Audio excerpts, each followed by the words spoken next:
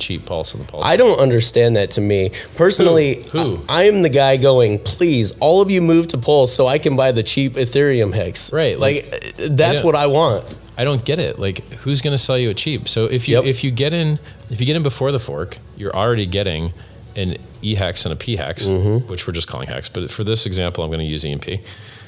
But generally, I'll just call the pHEX hex. And it's hex. It is hex. Yep. Absolutely, I agree with that. So, well, I'll just say hex on the Pulse network and hex on the ETH network. Okay. So if you get in before the fork, you're getting hex on the ETH network, hex on the Pulse network. And if you don't like the hex on the ETH network, you can sell that for hex on the Pulse network. And so you're going to end up with like 2 hex on the Pulse network if you get in before the fork. Yep. But then if you get in after the fork, you're just getting 1. Yep.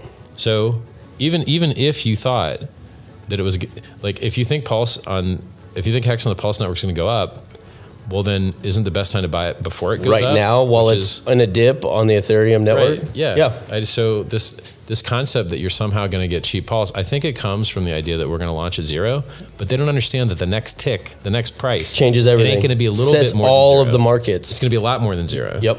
Yeah. So you can trade at 0, but your next tick is going to be a lot more than 0. Well, and then especially with all the different liquidity pools, it's got to affect the ratios of everything on the network. Right. So like, do you think that if someone copies over 10 or 20 million of USDC bridged in, that they're going to, I mean, copy over is not the right word, but they're like, but to bridge it in. Okay, this value is like 10 or 20. So then if you want it to be equal, then you put 10 or 20 there. Do you think that entity or person that would be adding that is going to add it at dumb price?